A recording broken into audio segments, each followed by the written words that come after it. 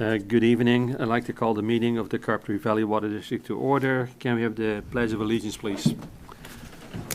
Pledge allegiance to the flag of the United States of America, to the republic for which it stands, one nation, under God, indivisible, with liberty and justice for all. Then roll call, please, Lisa. Director O'Connor? Here. Director Holcomb? Here. Director Balch? Here. Director Roberts? Here. Director Van Wingerden? Yes. 5 present. And then I'd just like to announce that we're not on Zoom, but it's live on Channel 21, and it's also live on the Water District's website on YouTube for anybody that's interested. Then we got item number 3, agenda confirmation. Kelly, any changes? Or? No changes to the agenda. Thank you. Item number 4, public forum. Any person may address the board of directors on any matter within its jurisdiction, which is not on the agenda. Anybody, Lisa? Thank you. Consent agenda, number 5. We got one item, 5A, the minutes of the regular board meeting held on March 25th, 2026. Any questions? I move to approve. Second. We got a motion and a second. Any more discussion? Now roll call, please. Director O'Connor? Aye. Director Holcomb? Yes. Director Balch? Aye. Director Roberts? Aye. Director Van Wingerden? Yes. Motion passes 5-0. Then item number 6, unfinished business, none. Item number 7, we're going to adjourn the regular board meeting of the to the Carpinteria Valley Groundwater Sustainability Agency. I'd like to call that meeting to order. Again, Kelly, item number 2, any changes in the agenda? No changes. Thank you. Item public forum. Any person may address the board of directors on any matter within its jurisdiction, which is not on the agenda. Rick, you want to speak up? Yes, sir. Good evening, Mr. Chairman, board members, and staff. I'm Rick Shade. I reside at 5000 Foothill Road here in the Carpinteria Valley area. As is normal when I'm addressing this body, it's not as a homeowner, it is an agricultural property manager and service provider here in the Carpinteria Valley. First, I would like to state that I came before this board in the February meeting with concerns over wording in the paperwork and how we implement getting the meters in. The board listened, staff acted. I want to thank you for it. As somebody who has served on a number of boards over the years and not gotten thanks for anything, you folks deserve a thanks for listening. So thank you. Thanks, Rick. I appreciate that. Well, you're welcome. It's a thankless job. So, but that brings up my next concern, which is some more of the verbiage on the paperwork. I am a third-party service provider and these agreements are between the Carpinteria Sustainability Groundwater Agency and the property owner. As a service provider, I'm a third party installing flow meters and other services for growers. I purchase materials, do that from a fourth party. So here in the forms I'm asked to fill out, I need to photograph the new meter showing the current read, including the units of the multipliers. I need to photograph the current meter with the serial number. I need to photograph the current meter showing the size. I need to photograph the wellhead and current meter showing we discussed the issue of fittings or connections in between. No problem there.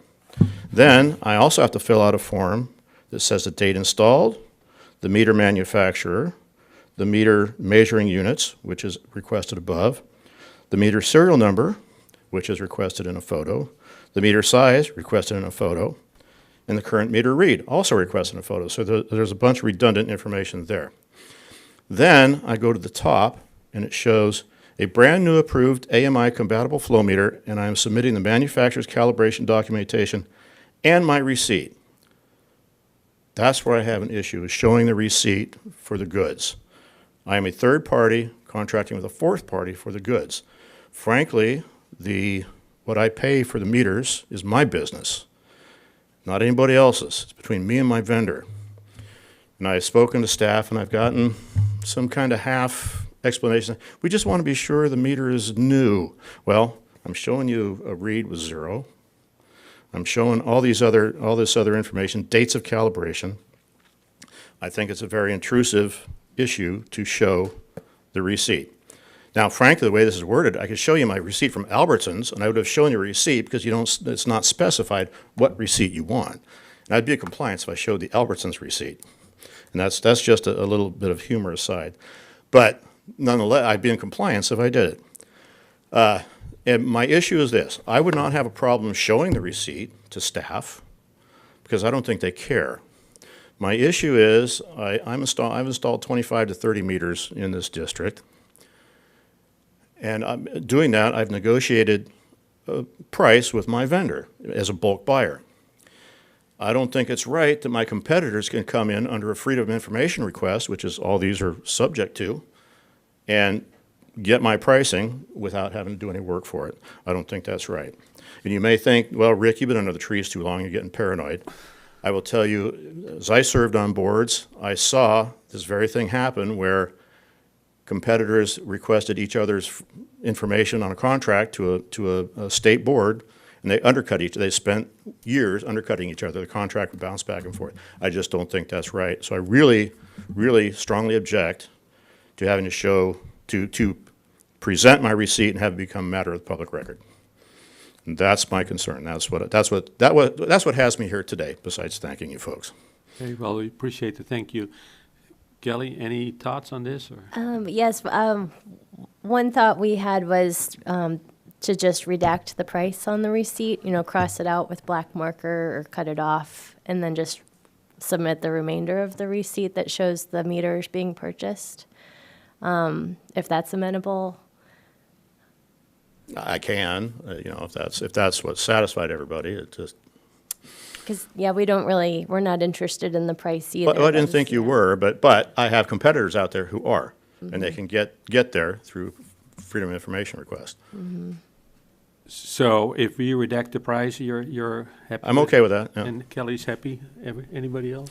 So to date, I've submitted probably 20 packets already to the board, or to the agency, and I've not included my receipts. Okay. But if it's an issue, if there's, like I said, we have these other items we have to present to show it's a new meter. So if there's still an issue of doubt whether it's a new meter, I'm happy to show the receipt. Right, but you can redact the price. Is there any questions from the rest of the board? I would just suggest that our instructions say that, you may issue or you submit this information and you may redact the price of the goods if desired. That everybody has the same knowledge. Oh, I'm amenable to that. Like I said, I just don't want to make that all part of the public record. Fair enough. That's it. Once again, thank you for all your work on it. Thanks, Rick.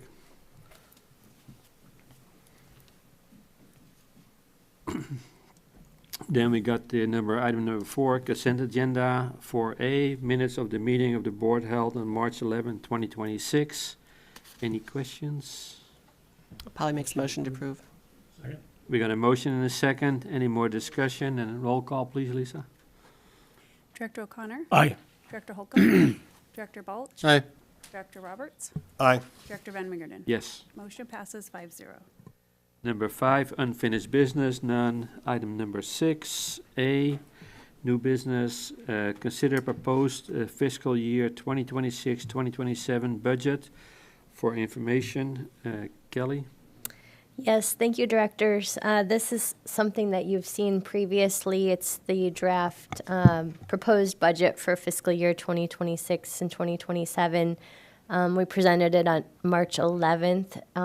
There's been no changes to it, so I'm not going to go into a lot of detail. I'll just provide a summary overview.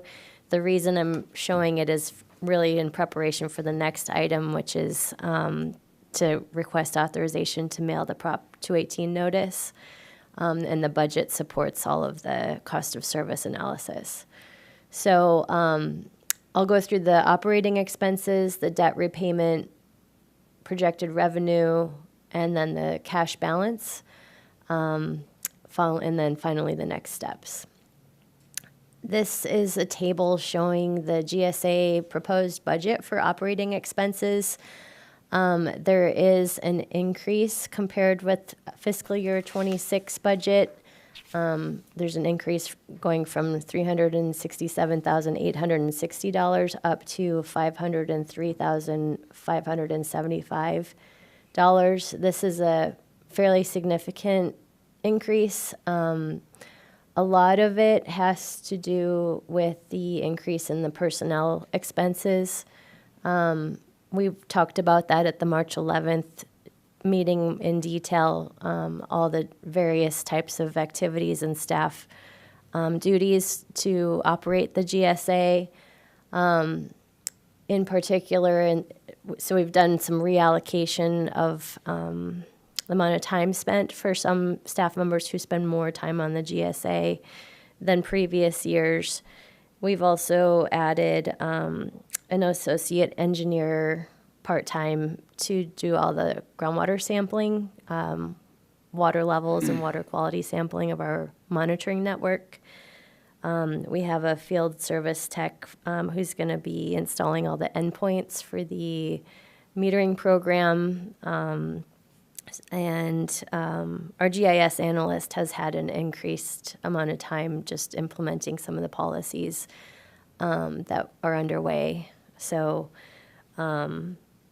that's the main increase.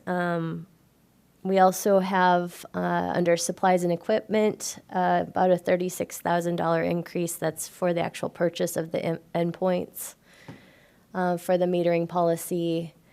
Groundwater professional services is going up about $25,000. That's to finish our monitoring well expansion study. We're looking at siting some additional wells to monitor chlorides. And then the administrative professional services is decreasing by about $46,000. That's because we're looking to do some of the work on our annual reports in-house rather than having it entirely be done by consultants. So Quick thought, if I could. Back on the other chart, just to reiterate, I think we discussed this in the last go-around, but you mentioned reallocation as a significant portion of the increase for the GSA. And just to clarify or reiterate, that's a reallocation of costs that were previously borne by the CVWD and now transferred over to GSA. So it's not an incremental increase between the parties, it's just a reallocation. correct. Thank you. They're full-time staff at CVWD, and then we just, it's ranges between 5% to the largest is 30% of a staff member's time being charged to the GSA. But correct, it's just reallocation of those expenses. Thank you.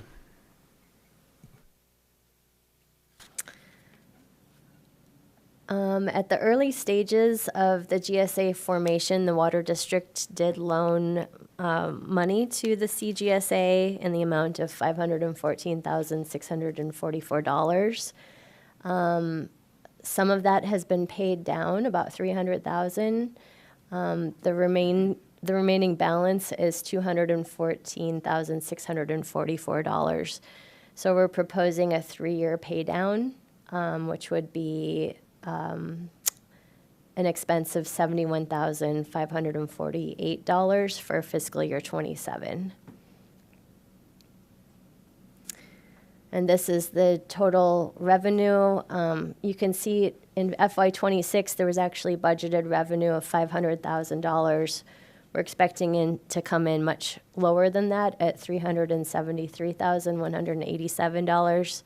Some of that is because of the changes in the appeals related to estimated pumping. So we're actually seeing less pumping than what was originally estimated in the budget numbers. That's been accounted for in the next year's budget. So $504,281 projected revenue is based on estimated pumping of 4,202 acre feet and a fee of $120 per acre foot. Of that amount, the district's pumping is roughly between 700 and 800 acre feet per year. Cash balance, this is the amount we have in reserves. The end of this current fiscal year is projected to be $339,323. The end of next fiscal year is projected to be $268,481, so a decrease of about $70,844. That balance still is about 6 months of operating budget, so it there's an item later in this agenda to establish a reserve policy, but this budget would meet that 6 months of operating expense.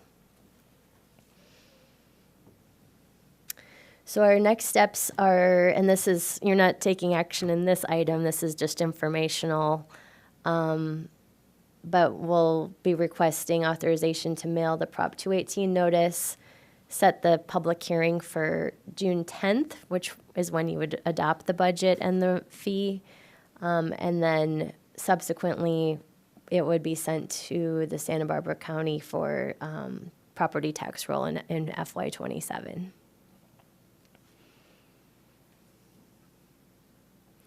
Any questions? Okay. Okay. I had Sorry. one question.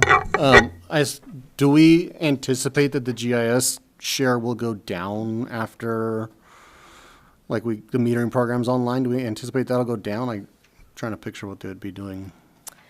Potentially, that's some of the, so when I spoke earlier about doing some of the reporting in-house rather than having consultants, that would be a shift in the workload to that staff member to prepare our annual reports that are due to DWR. We'd still need a professional geologist to review those reports, but we could probably draft them and put all the data together in-house. Thanks. Okay. We're good? Thank you. I have one question, if I may. Go ahead, identify yourself, please. Scott Vanderkar, Shepherd Mesa.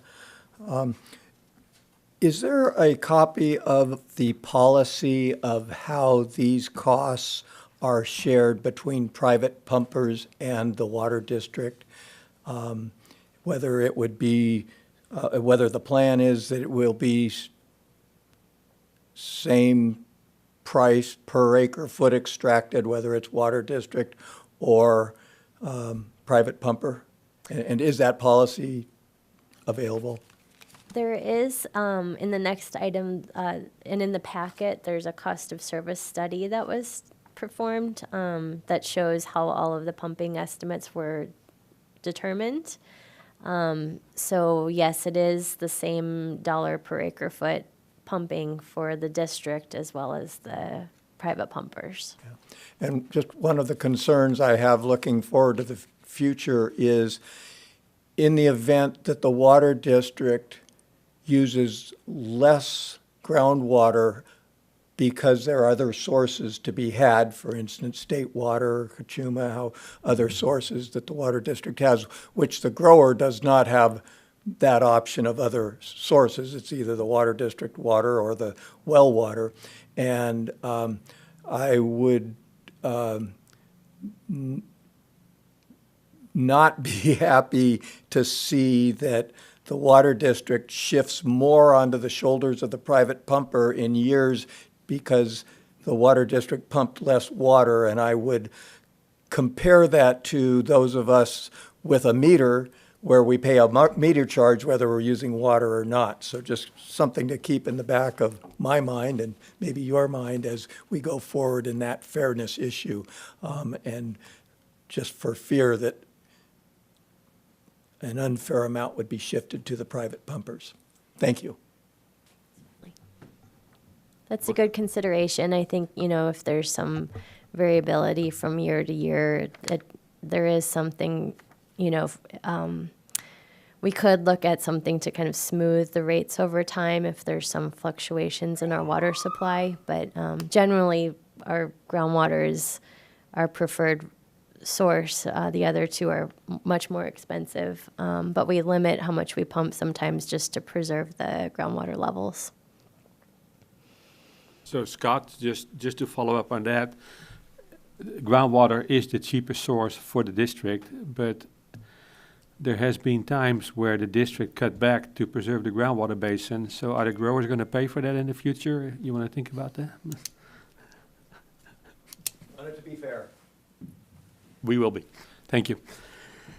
Item number 6B, consider scheduling a public hearing for June 10, 2026, and authorize mailing Proposition 218 notice for action. Kelly? Yes, thank you. So in your packet, there is a draft Prop 218 notice. We have been hearing from some people wondering what is it that we do. So I added a cover letter on top of the rate notice for consideration that just is a very short outline of some of the activities that the GSA does, which is groundwater management and planning, evaluating groundwater extractions, coordinating with county and state agencies to monitor basin conditions. We maintain a groundwater model of the basin. We take measurements of water levels and water quality within the basin and monitor for seawater intrusion, and then perform groundwater-related outreach and education activities. So I thought it might be a good opportunity just to, start doing a little more messaging about everything that we are doing. So that is the cover letter, and then the rate notice is fairly short, about 2 pages. It's notice of public hearing on June 10th for the proposed fee of $120 per acre foot. And then behind that is the cost of service study that was done supporting the fee of $120. Both the Prop 218 notice and the cost of service study were reviewed by our special counsel on water rates. So it's gone through legal review prior to coming to the board.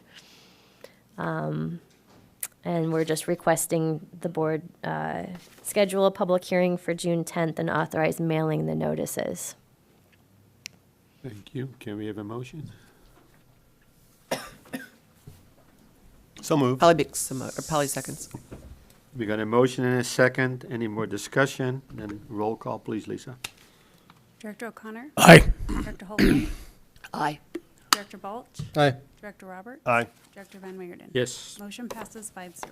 Then we got item number 6C, consider adoption of a financial reserve policy for action. Kelly? Yes, thank you. So this is I spoke earlier a little bit about it. It's just establishing a reserve policy for the CGSA. We didn't have one before, so we are proposing a reserve policy for an operating reserve that has a target level of 6 months of annual operating and debt service expenditures. So going forward, we would maintain that reserve to cover any unexpected expenses or changes in, sometimes there's going to be some uncertainty as we transition to the AMI pumping, whether that's going to be the same as the previous estimate. So just having a buffer on in case our revenues come in differently than projected.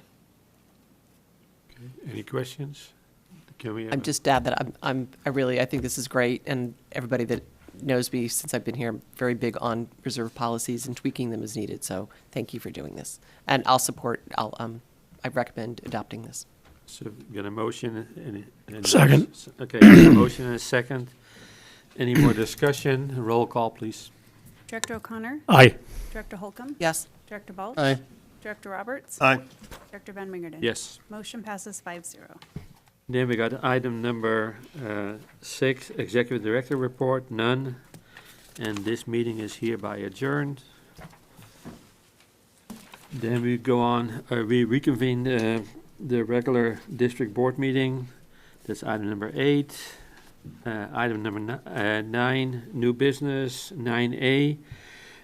Consider proposed fiscal year 2027 to 2029 budget for information. Kelly? Yes, thank you. And I'm going to ask Norma to present this item. Okay, thank you. Will you do the slides, or do you want me to? Okay, perfect. Okay, just a first slide. So, yes, tonight I'll be presenting the district's proposed 3-year budget for fiscal years 27 through 29. The preliminary budget was last presented to the board on February 11th. The proposed budget was presented and discussed with the Rate and Budget Committee yesterday, April 7th. And this evening, I'll provide those same updates that are related to our joint power authority partners. Since the February presentation, the district has received updated budgets from the City of Santa Barbara for the Cater Water Treatment Plant, COME, and CCWA. There were no revisions related to COME or CCWA, and there were updates to costs for the Cater Water Treatment Plant. Okay, the most significant update since February is the increase in treatment costs from the Cater Water Treatment Plant for fiscal years 27 and 28. The district's preliminary budget had an estimated $2.3 million and $2.4 million in treatment costs for fiscal year 27 and 28, respectively. However, the city's preliminary budget reflects $2.8 million for fiscal year 27 and $2.9 million for fiscal year 28, an increase of $500,000 in each year. There is no change projected in fiscal year 29. These increases are driven by an 18% rise in the cater's total operating costs. Key cost drivers include a 13.5% increase in salaries, a 26% increase in insurance, and a 14% increase in overhead. The district does not have control over the city's cater budget, as the JPA between the city, Montecito Water, and the district does not provide the water districts with authority over the city's cater budget. Yes. Did we talk to anybody at the city to walk through these the way we used to do with capital? Yes, we were provided these updates probably the second, late in the second week of March. Met with the city a few days after that, so it's very preliminary. Just are analyzing those, and again, it's a preliminary budget. They may make Okay, updates. so you if haven't it's started kind to of crawl a through all that yet. Okay, worst thank you. case scenario, hopefully that we will see some decline, but we have to notice our worst case scenario. Sure. But you haven't reached the point where you're going to crawl through all that yet. Yes, we And you have will. a quarterly, actually another meeting with their finance person, I believe next month, to go through each line item. Great. Thank you. Thank you. And they did state that they're, because of the significant increase in insurance costs, that they are working with their carrier to try to find some relief or some cost savings there. Yep. Okay, on the debt service projections for Cater have also been revised since February in connection with the city's Cater Resiliency Project. The total project has increased from an initial estimate of $38.5 million to $50 million. As a result, the district's share has risen from $7.7 million to $9.8 million. There is no change projected in fiscal year 27. Debt service increases by $44,000 in fiscal year 28 and by $101,000 in fiscal year 29. The city is currently reviewing bids and identifying opportunities to reduce project costs. Joshua Hagmark, which is the city's water resources director, has offered to present an update on the resiliency project to the district sometime in May. Next slide, please. Okay, the fiscal year 27. I might yes, go just ahead. chime in because we're really seeing a trend on these large capital projects coming back a lot higher than what was originally estimated. It's happened for the Cater Resiliency Project. It's happened for CAP, and it also happened for the Santa Barbara Intertie. So we'll be looking into seeing if there's, we don't have a lot of information on the Cater project at this point because it's still being negotiated. But we'll be looking to see if some of the same reasons for that project coming in higher are similar to why CAP came in higher. Okay. The fiscal year 27 preliminary operating expense budget that was presented in February was $11.4 million. The proposed budget is now $11.9 million, an increase of $520,000, representing less than a 1% increase over the current fiscal year. And as discussed, this increase is directly attributed to higher costs at the Cater Water Treatment Plant. In fiscal year 28, the preliminary budget was $11.9 million. And has been updated to $12.4 million, reflecting a $520,000 increase due to increased costs at Cater. And for fiscal year 29, the preliminary budget was $12.42 million. It is now $12.44 million, a net increase of $22,000, primarily related to debt service costs. Can I ask you a question? Yes. Can you dig a little bit into the state water increase? The 40%? Yes, so that was what I just discussed in the overall operating expense budget related to the personnel overhead. So it's just water treatment costs. State water? No, That's what I was asking about, sorry, state water? It's got an increase of 40.4%? yes, so that's preliminary estimate from what we received from CCWA. It was in line with our projections for fiscal year '27, and we're projecting to get more updates from that from our administrative analyst or Kelly in future meetings. But that's what we just received recently as well. So again, we're going to be digging into those costs, and hopefully we'll see a decrease before the budget and rates are adopted in June. Okay. There have been no changes to the CAP fund since February. No O&M costs are projected in fiscal year '27 or '28, and by fiscal year '29, O&M costs are projected to reach $2.16 million as the project becomes operational. This reflects the transition from the construction phase to the operational phase, and staff will continue to evaluate long-term rate impacts and reserve planning to ensure financial sustainability as these operating costs are realized. There have been no changes to PAYGO capital expenditures since February. The proposed budget includes capital projects focused on maintaining and rehabilitating existing infrastructure, ensuring regulatory compliance, and improving operational efficiency. Projects are prioritized based on asset, condition, risk, and available funding resources.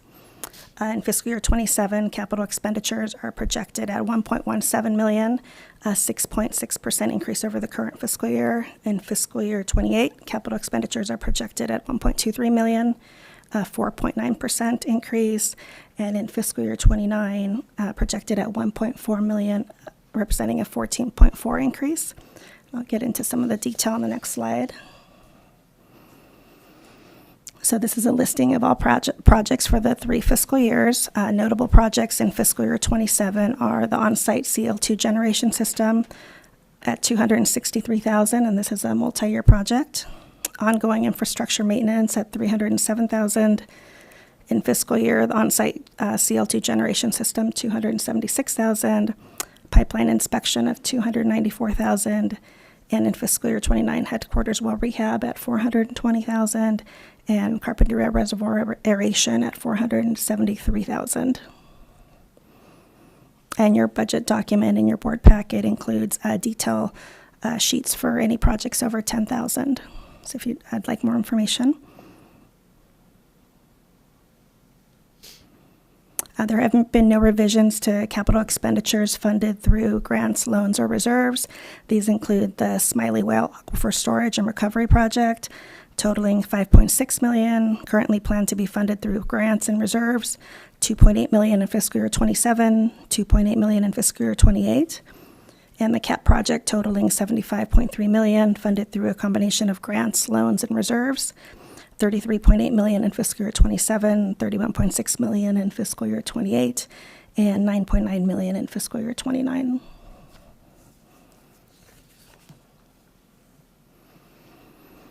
There have been some updates to the debt service in fiscal year '28 and '29 related to the Cater Resiliency Project. In fiscal year '27, there's no change from the February preliminary budget, which already included new debt service in the form of $76,000 in interest payments for the Cater Resiliency Project's low-interest state loan. In fiscal year '28, the only change from the preliminary budget is a $44,000 increase associated with the Cater Resiliency Project. Interest payments were initially projected at $146,000 and have been revised to $190,000.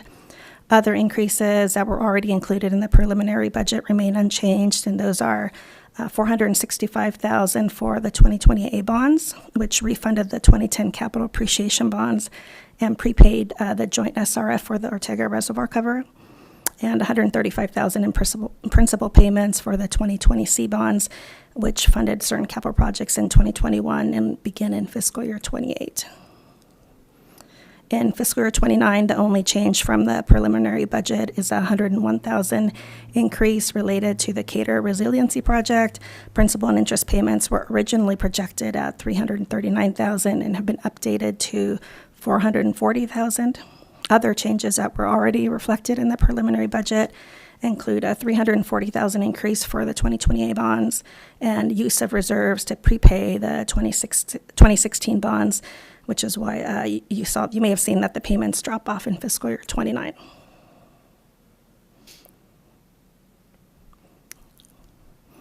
And that concludes my budget presentation. Any questions? You'll see this again on June 10th with the public hearing. And so we'll incorporate any updates that we receive between now and then. I just have a comment. I think it's, important what the staff pointed out that, misery loves company. These other capital projects from the other agencies coming in very similarly over, expectations from what we've experienced is pointing at something, it's the obvious. So I think it just makes it all the more important that we focus on execution and, managing our reserves. Thank you. Anyone else? I'm with Casey. That state water increase at 40% is like unbelievable. We'll have to look into that because when the budget came out, it was within what we originally were projecting for these 3 years. So, I think there might have just been an anticipated increase previously, and we'll have to look into what that was. Okay. Yeah, from my understanding, we are not going to be receiving rate management credits going forward, which has typically been a big offset to our costs at CCWA. So with the cessation of rate management credits, we're right. going to be taking a bigger hit, Okay. CCWA as a whole. So Okay. All right. Thanks, Casey. Anyone else? I had a quick question. How, given the misses that have been estimated so far on a lot of projects everywhere, how confident are we in the operating expense for CAP being accurate-ish? Is that being evaluated annually, or are we just riding with the original estimate from a couple of years ago? I just want to keep an eye on it as we start approaching that number could change. Certainly, that's a good point. I'm not aware that we've reevaluated it, so that's something we can do on an annual basis so that we're not surprised. Thank you. Okay, just one comment, and that has to do with the state water. We'll get to that also, but it seems to me we need to focus on CAP, ASR, and the GSA, and then down the line, sooner than later, we probably want to do a study to see how much of the state water we can sell reasonably for us to lower our cost on our local sources. That's all. So. Item number 9B, consider proposal fiscal year 2027-2029 water rates, presented by Kevin from Raftalis. Kelly? Yeah, go ahead, Kevin. Thank you. Good evening, directors. Kevin Costigan, Raftalis. Lindsay Roth is also here tonight. A few of you have met her, at least virtually. She's been handling all the modeling on the study, not just this year, but over the last several years. Tonight's final rates night, the progression of the presentation will be the same as what we've seen over the last couple months and what the Rate and Budget Committee's seen over the last several meetings. Next slide. I'll be brief on rate structure review. We'll look at rates over the next 3 years, all of our various rates and rate components, and then a series of bill impacts. Next. Key points here, overall rate revenue increase, 7.5% in the first year, 2027, 7.5% in year 2, and then the update from the last time I was here is 6.5% versus 4.5% in 2029. That's driven by the cater cost increases that Norma just presented. $500,000 a year in the next 2 years, plus some modest increases elsewhere. So that drives those rates in year 3 a bit higher. As we talked about before, introducing cap cost recovery in this rate cycle, it's bifurcated into 2 pieces, capital costs being recovered via property tax roll charge based on meter size, operating costs, staying on the rates side through the water bill, with a proposed structure that's variable and uniform for M&I customers, fixed by meter size for agricultural users. Everything else within the rate structure remains intact, no structural changes there. The financial pictures here, again, a 3-year rate proposal, 2 years at 7.5%, year 3 at 6.5%. They're bolded there to call attention to not just the increase, but the increase in revenues generated in the financing, showing timing of CAP financing, and then grants as well related to CAP and to the Smiley Well projects. This financial plan does assume, as was mentioned, I think in the previous item, a repayment of the 2016 A bonds in fiscal year 2029. That frees up just a bit of debt capacity. In future years, it does result in a modest decrease to cash in that year. You can see in the 10-year projection here, these are projected ending cash balances in each fiscal year relative to the dash line, which is our reserve policy. So we are under in the next several years. That's a balancing act between rate increases and impacts to customers versus risk on cash itself. But we do recover to policy projected to be in fiscal year 2032. And beyond that 3-year rate proposal, we're projecting on the order of 3 to 4% per year increases required. So we'll get over the hump, but there's no return to zero, but hopefully a return to something more in line with 3 to 4% per year. Next. I don't know if we need this slide anymore. This was just a refresher on kind of what our customers, our different user types, M&I versus agriculture and other fire service related customers pay and the structure of their bills. I think we can skip past that one. And I'll talk just a bit more about the potential additions related to CAP. So again, the idea is to incorporate future CAP costs into this rate study in the manner I described a couple slides back. But having the effect of recovering our accrued interest on the SRF loan through the capital charges and pre-funding some of the future operating costs for reasons that were just described as a mitigation tool for future costs. And again, recovering in the structures that I mentioned, direct charge on the property tax roll for capital, and then through the water rates for our operating costs. So we'll step through the rates themselves. I'll be brief here. Next slide. Tax roll charges, they are again by meter size. They ramp up over time. The first 3 years represent recovering what represents accrued interest on the draw on the SRF loan in each year. Full repayment starts in fiscal year 2030. That's why you see in 2030 and 31, those charges are level thereafter as we get into full repayment.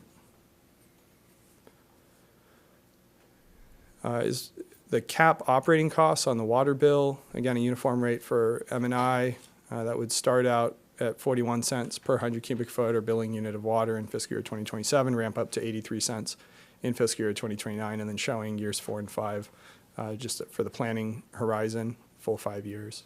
Ag charges, the common meter being the 2-inch. These are monthly charges starting at approximately $90 up to $135, and then roughly $180 for a 2-inch meter by fiscal 29. CIP charges that recover pay-as-you-go capital and most of the existing debt service on the books.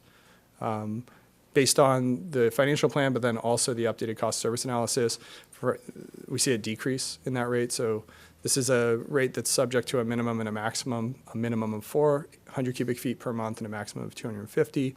That rate would go down slightly, 44 cents per 100 cubic feet for M&I users. And similarly on the next slide, capital costs recovered through for ag users on the O&M charges. Again, a modest decrease based on the results of the cost of service analysis. Again, the 2-inch being the common meter for agricultural customers, a decrease of $2.78 per month. So capital going down, water use rates going up. What we see here is really driven by the treatment costs via CATER. I'll call out one correction we need to make there. It's showing treatment costs on agriculture. That's an error. The rate's correct. That little cell should not be populated. Residential users increases per billing unit on the order of $1.20 to $1.35 for each billing unit, depending on the tier of use. Similar increases on commercial on the order of $1.10 to $1.20 per 100 cubic feet, 16 cents on agricultural water use per 100 cubic feet. Basic and state water charges, so these are the meter charges that recover meter servicing, meter maintenance costs, as well as fixed costs of state water.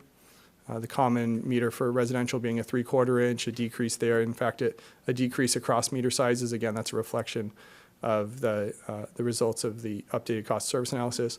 Part of that has to do with MMR and hospitality going up slightly. That's based on a dwelling unit basis, or a dwelling unit equivalency rather. So the ratio of those two going up relative to the single family basis. So modest decrease to single family and agricultural, and modest increases for all others. Private fire going down, we talked about this before. This is largely an update to the cost of service analysis and the respective public versus private fire hydrants of specific size and private fire service connections. Most being at the 4-inch or the 6-inch as far as the count of fire lines, but decreases across the board. Our other rates represented by the ag REQ, so domestic water use on an agricultural connection, we see about a $10 increase there. A majority of that is, again, driven through cater cost increases. And then we have pressure zone surcharges for those in pressure zones 1 and 2. Rate would remain the same in zone 1 and come down about 3 cents in zone 2. So customer impacts, I might go a bit rogue here and say that there's an incremental buildup here where we go from kind of our as is rates without cap all the way through to the final. I think maybe we could skip to the final and come back if we need to show kind of the all in, if that would be okay. One more. Here we go.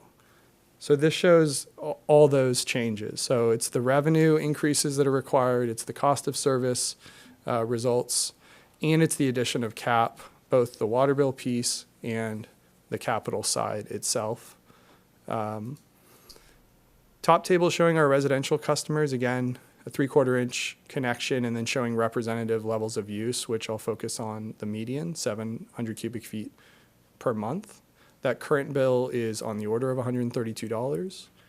Proposed total in fiscal 27 would be $143.48, $157 and change in fiscal 28, and $166.56 in fiscal 29.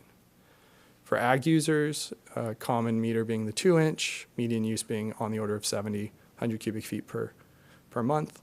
Current bill is $711.46. Proposed in the first year would be approximately $839, then $949, and $1,036 in year 3.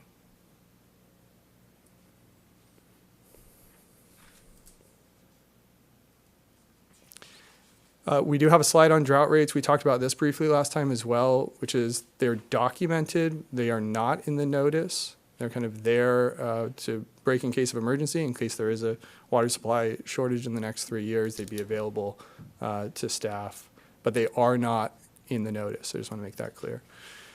We're showing, we could go back just to just to go over them briefly. So this is what fiscal year 2027 would look like. The structure is a hybrid, so just like the water rates, it includes a fixed portion and it includes a variable portion. That kind of is a continuation of the existing rate structure and cost of service. So should there be a shortage, there would be a fixed surcharge based on meter size, and then a volumetric component by class and by tier. And by stage, I should mention. So rate study schedule, this was presented to Rate and Budget Committee yesterday. If we have your authorization to move forward tonight, I believe the notice is ready with the printer, and those would go out imminently with a public hearing scheduled on June 10th with the rates effective July 1 if adopted. So with that, happy to answer questions and take your comments. I appreciate it. Great job. Thank you. I appreciated you skipping all the slides that compound it. To me, it illustrates my point that it is very confusing to understand this. It is overly complex, and the decision to put the capital charges on the property tax bill continues to obscure the bill total. I wish it were as simple as that last slide. It's great. It's any way to understand it. I did have a question. I mean, I'm sure you do this for many agencies. On order of complexity, do we rank towards the top, in the middle? Are we average? Where are we at on that? You're towards the top. Yeah, you are. Lindsay and I may have been having this conversation that, you know, for a variety of reasons, you have a lot of nuance in your structure. You know, part of that is kind of legacy, M&I, and agriculture. Some of it is just, I think, philosophical and how costs are recovered through the rates themselves. It is complicated. If you look at other agencies, oftentimes it's, you know, there are some agencies that just have a fixed charge and they just have a volumetric rate. Yeah, you're on the high end there. Yeah. Thanks. Appreciate it. I had a comment that was the previous topic, but it kind of pertains to this too. It's on the cap, but we were talking about reviewing the, you know, just going over the financials every once in a while. And Kelly, I think you had said maybe like once a year that we'll go through it. And maybe I just didn't hear it right. So I was just thinking at the last meeting, you know, after we had that snafu with the right of way and potential impact, and do we have to go into reserves and all that, I thought I'd like to somehow, I know we haven't even started, but as we feel our way through it and as changes occur, because inevitably they are, I would like to have some kind of financial, what is the change, what's the impact on this cap budget more frequently than that, whether it's quarterly or as needed. Yes. So we'll have, at a minimum, we'll have the quarterly financial statements for the cap fund. So you'll see them on a quarterly basis. I am planning, because of the issue with the property rights, for coming back next board meeting Right. to give an update on that. So that'll probably be more like a monthly update until that gets resolved. Okay. So that sounds like more like as needed. That's what I needed. Thank you. Okay. Anybody else? Thank you. Thank you. Then we go on to item number 9C. Consider scheduling a public hearing on June 10th, 2026 regarding proposed fiscal year 2027-2029 water rates and authorize mailing Proposition 218 notice for action. Kelly? Yes, did you want to go over that? Yes, thank you. Okay. Okay, so the final draft of the Proposition 218 notice for proposed fiscal year 27 through 29 water rates was distributed tonight and is an update from what was included in your board packet. It includes some grammatical and visual updates from what was included. As Kevin discussed, the proposed rates are based on a comprehensive financial plan and cost of service study that was prepared by Revtelis. The Board and Rate and Budget Committee have reviewed the preliminary rates and charges over the past several months. This notice reflects those discussions and also incorporates updated cost assumptions related to the Cater water treatment plant. The Prop 218 notice summarizes proposed rate adjustments for fiscal year 27 through 29. It explains why increases are needed related to inflation, infrastructure, water supply reliability. It provides customer bill impact examples, outlines major capital projects, including the CAP project, Smiley Well, Aquifer Storage and Recovery, and the Interdye projects. It explains the public hearing, protest, and new this year objection process. Key elements in the notice are the CAP-related projects, the charge on the water bill for O&M, charge on the property tax roll for the capital costs, the proposed revenue adjustments as 7.5 in fiscal year 27 and 28 and 6.5 in fiscal year 29. The adjustments are, again, listed there and why they're necessary to maintain financial stability, fund operations and capital improvements, and support long-term water supply reliability. So the notice before you tonight is designed to meet all legal requirements and has been reviewed by legal counsel. So if authorized, it'll be mailed out on April 20th to all property owners and customers, which meets the 45-day requirement. And it also outlines the opportunity for written protests and objections. So staff recommends that the board schedule a public hearing for June 10th and authorize the mailing of the Prop 218 notice. Thank you.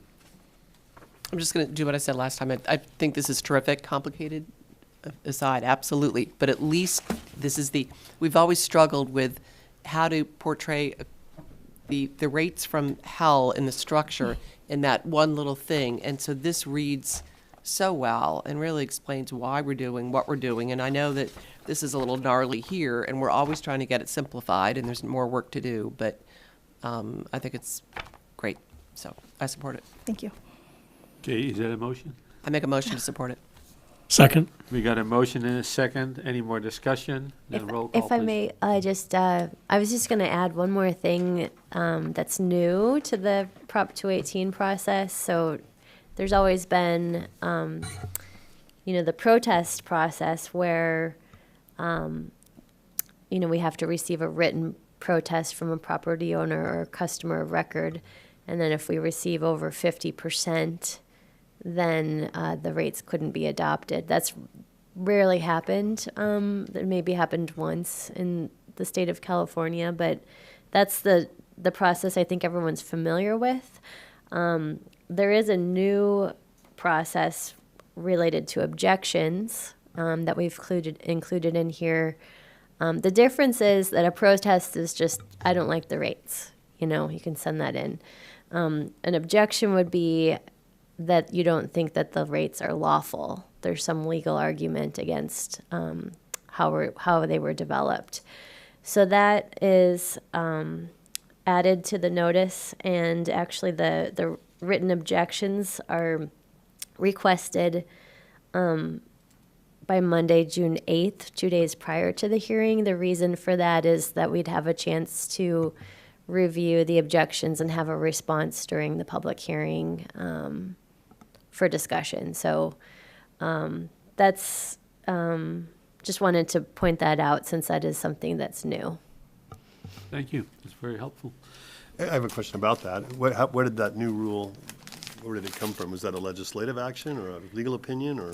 It's state law. It was and it's related to just trying to prevent litigation in the future. So if you really are going to challenge the rates and litigate it, you have to submit an objection. It'd be great if you could circulate that. Is that under the water code or is it under the Article 13D or where is that? Yeah, I think it's California Water Code. Yeah, So it's unique to water or is it? It's unique, it's specific to water and sewer only, and was just implemented January 1 of last year. I believe it's the exhaustion of administrative remedies, as Kelly pointed out. The idea there is to provide some cover, so that somebody can't come along after the fact, after rates have been adopted and implemented, and challenge you. They have to have exhausted their remedies prior to adoption. And then that further limits who can challenge you after the fact, to only those that have submitted a valid objection. Similar to maybe a CEQA or a planning where if you didn't introduce that item prior to adoption, it's Right. too late.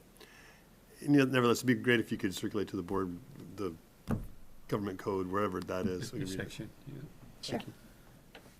I just had one more comment. So, yeah, I mean, this is a lot, right? I mean, we need QR codes and pages to figure it out. But also, the QR code just takes us to like the homepage. So I hope that we're going to put up like the splash, click a button to get right to the rate calculator on there. Yes, we will. So it hasn't been updated, but it will be updated by the time the notice is mailed. So Sweet. we're working on Sweet. it. Yes. And then just a technical question, I guess. Is there a reason that we couldn't mail either with this or, along with this in future, like what your house would be, right? Like what your bill, we know what their bills are, what the averages are. Why couldn't we just do that for them, right? Say, hey, this is what your bill will look like on average over the last year. This is what it's going to look like in next year. I think that would be very difficult because, as Kevin mentioned, so each account has their own specific CIP charge related to that specific account's 5-year average. So it would be different for each customer. So we'd have to provide an individual notice to each customer. Yeah, can you mail it with the notice though? Like, here's the notice is the notice, and then here's what your anticipated bill will be. I mean, or maybe the online one gets you close enough, I guess, would be interesting. But just trying to simplify it so people can look and understand quickly what they're talking about. Something to think about. I don't need an answer. Yeah, I think we'd have to evaluate Yeah. how long or if that's feasible for each account. We don't update the CIP until June Kevin, for go the ahead. prior, and I believe the notice goes out in advance of that. I would just point out that what a lot of agencies we work with do is provide an online bill calculator so that when they receive the notice, they simply say, go here to the rates page, and you can put in your specifics to identify your current bill and your proposed bill. Perfect. And that's what we're planning to do. That's one of the QR codes in the notice. So we'll provide a link on the homepage as you suggested to make sure that it's easy to access. Thanks. So we will have a rate calculator? Yes. Okay, perfect. Yes, we had one, the prior Prop 218 process. It just hasn't been updated, but it will be by the time the notice is mailed. All right. Thank you. We have a motion. I need a second, please. Second. We got a motion and a second. Any more discussion? Roll call, please, Lisa. Director O'Connor? Aye. Director Holcomb? Yes. Director Balch? Aye. Director Roberts? Aye. Director Van Wingerden? Yes. Motion passes 5-0. Then we got item number 9D. Consider modifying the district reserve policy to include a rate stabilization fund and cap restricted reserve fund for action. Kelly? Yes, I'm going to ask Norma to present this item. Yes, so included with your board packet is a draft of the updated reserve policy for your consideration. This update is part of our ongoing effort to strengthen the district's financial planning and ensure long-term stability. The policy is designed to help us anticipate future needs, manage financial risks, and maintain consistent and reliable operations. The district's reserve policy was last updated in 2018. And as part of this update, we are establishing a practice to review and update the policy annually to ensure it remains current and responsive to changing financial conditions. One of the most important updates is the introduction of a clearer structure for our reserves. The policy now organizes reserves into two categories, which are designated reserves, which are set by the board for specific operational and financial purposes, and restricted reserves, which are required by legal or contractual obligations and cannot be used for other purposes. The distinction improves transparency and helps clearly define how each reserve can be used. Within the designated reserves, a key new addition is a rate stabilization fund. This fund is designed to help us manage revenue volatility and stabilize customer rates over time. As you know, our revenues can fluctuate due to drought conditions, reduced consumption, or regulatory impacts. Amounts deposited into the RSF shall be treated as reserves and not recognized as operating revenue in the year they were collected. Funds will only be recognized as revenue in the year in which they are withdrawn and used, including for the purpose of meeting our debt service coverage requirements. Funding for the rate stabilization fund will begin in fiscal year 27 and be phased in over time with a target of approximately 10% of annual operating revenues. The second component is within the restricted reserves category, which is the debt service reserve fund.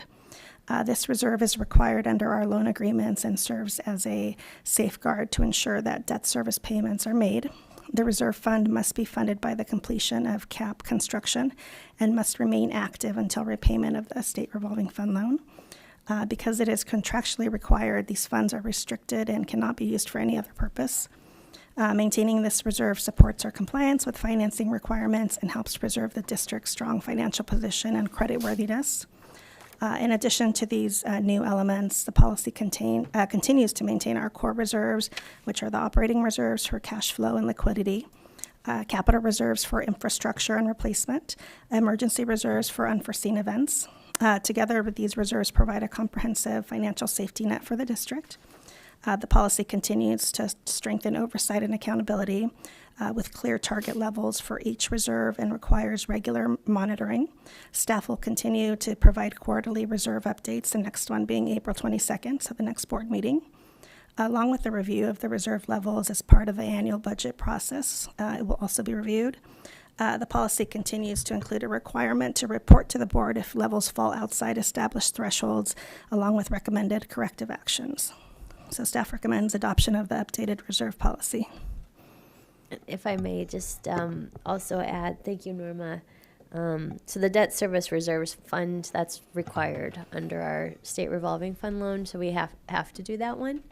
The rate stabilization fund is optional, but the intent of it is really to also help with our debt coverage in the future. So in the beginning years of CAP, we'll be collecting revenue for operating costs because we were going to ramp up into those. But until it's actually online, we won't have those expenses. So this is a reserve fund where we can put those revenues, and we can,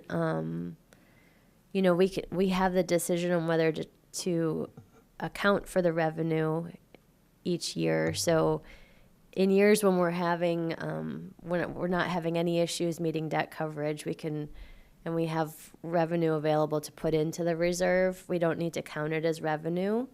That allows us to count it as revenue in later years when the opposite is happening, when we might be having trouble meeting a debt coverage ratio. We can then draw funds from this reserve balance and count it as revenue at that point in time to meet our debt coverage. Thank you. So to that, I had a question on that reserve or the rate stabilization fund. So, I mean, the only way for it to not just be a reserve fund is that it tapers off eventually, right? It has to go away, or at some point it's not stabilizing our rate, right? We have no minimum, or I think we don't have our target level is, could be 0, right? So it's. Well, it says 10%. Yeah, in it here. says 10%. It's 10%, which is about 1.7 million. But it'll be a board decision on Yeah. whether to fund it or not.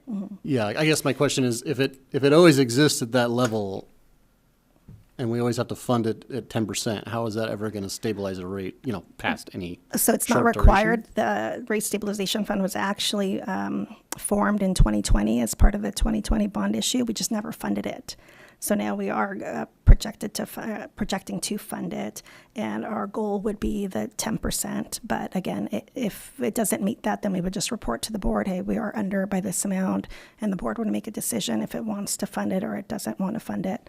It would be up to the board. And equally, we have the ability to replenish it over a period of time, not necessarily in the next fiscal year. And, as we see, especially in rates where we can kind of predict out, as we do now, 3, but probably even further, use it for, and now it's a perfect time because we are ramping up rates for CAP. Having those funds sequestered to use for CAP when it's needed for CAP is great, in my opinion.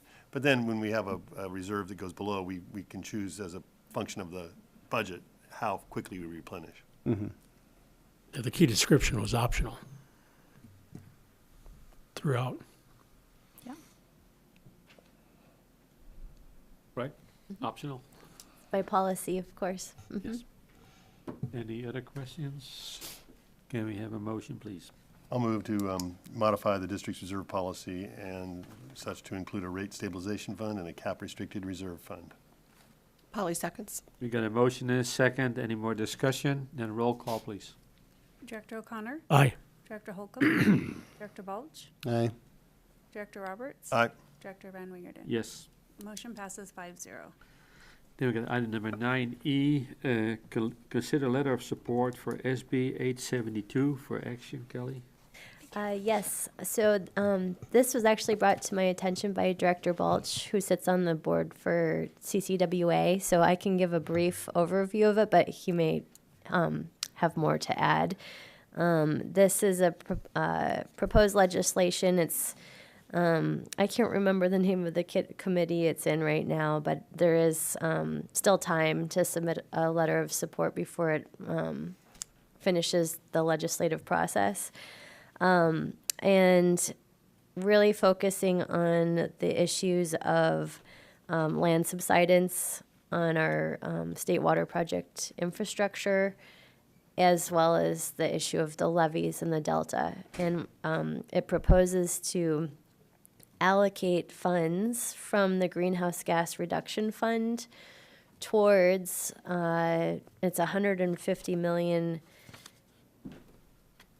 dollars per year towards the land subsidence issue, and then an additional $150 million per year on the levy issue. I'm trying to see if it describes for how long, if it's, my recollection was that it was for at least a couple decades. Yeah, it's for 20 years. Yeah, so 150 each for 20 years, which gives you some idea of the magnitude of subsidence costs. And yeah, it's supported by, I think, every CCWA and affiliate in the State Water Project.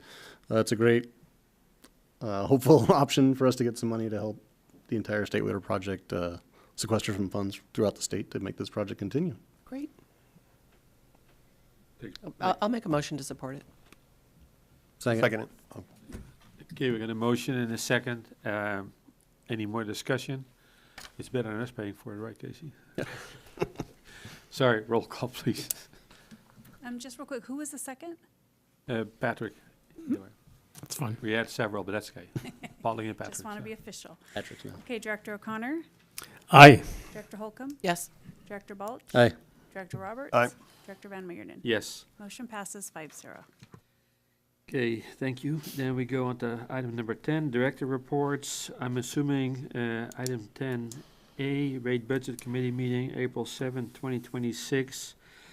Both Matt and Patrick, I'm assuming there's nothing to add, or you got anything you want to add to? I would just add that I think, recognition of Norma's work is appropriate. It's a lot of heavy lifting for the budget and all these reviews and so on, so. Thank you, but I have a fantastic staff, our accountant, senior accountant, administrative analyst, so it takes all of us to complete it, and our new general manager as well, so, Pass on our gratitude. yes, definitely. Thank you. Appreciate that. Then we got item number 10B, joint utilities committee meeting, March 31st, 2026. That's both Polly and myself. Polly? I'll go, yep. So we hadn't met in a long time. We kind of all realized that. We met here at City Hall. And first of all, Kelly gave a really good presentation kind of grounding the other directors from the other utilities on the CAP project and what we were facing with the homeowner right-of-way issues with the city. And so that was really good for everybody to understand that. And then at the same time, I know we're going to hear more on this, in the coming weeks. But Jonathan, I think, gave some interim good news on a couple of things that he really couldn't talk about. He didn't really want to say, but it looked like there were some things that were starting to go in that direction. So that was good to hear versus a couple of weeks ago. And so then, as consistent with this team, the three leads from water and sanitation and the city go around and talk about their respective major projects, capital improvement projects that are going on at the time, and where we, whether or not we are involved in each other's, just so we're sure that we know about it. And in the very beginning, years ago, when this whole thing started, the management teams were meeting on a monthly basis, so the directors met on a quarterly basis. Then we realized, Wade was asking, what's the status now? The management teams actually meet on a quarterly basis, but I know that they're in touch more frequently than that. So we were just kind of saying, maybe we'll have our director meeting a little bit more frequently than letting a few years go by. And then finally, Wade had an idea that just sent it to the three managers to see if we can build off of each other's communication areas within the websites. Can we piggyback and have more synergies with each other's websites, especially for the projects that we are doing, together in tandem? And so it was a neat concept. We're using some of the same, I think, consultants. Everybody was laughing about that. That was news to me, and so it was a neat concept. Can we find a way to piggyback off of each other's websites and other communication ways so that the community understands here's what we're doing together and here's how we're supporting each other. Kelly, did I say that correctly? Is there anything else? Yes, that was a great summary. Okay. The city gets a little bit more viewing, I Correct. guess, in Good their point. newsletters, so they were willing to include information about our CAP project in their channels, so just to get the word out a little better. Okay. Thank you. That concludes my report. Right, and I think the one thing is, because of some of the timeline issues, I think both city, water district, and sanitation are meeting weekly now to make sure we get everything. Weekly, that's week- correct. Yes, okay, I just want to make sure We'll have an update for the board on April 22nd on the progress that's been made. Great. Okay. It looked like things were kind of moving, though. That's Yeah, good to hear. move along. And then we got item number, thank you. And then we got item number 10C, CCWA, a regular board meeting, March 26, 2026. Was there anything else, Casey, or? Nothing terribly exciting. San Luis Reservoir has not spilled yet. It's close. The chance has gone significantly down, but still hasn't spilled. So $9 million budget increase.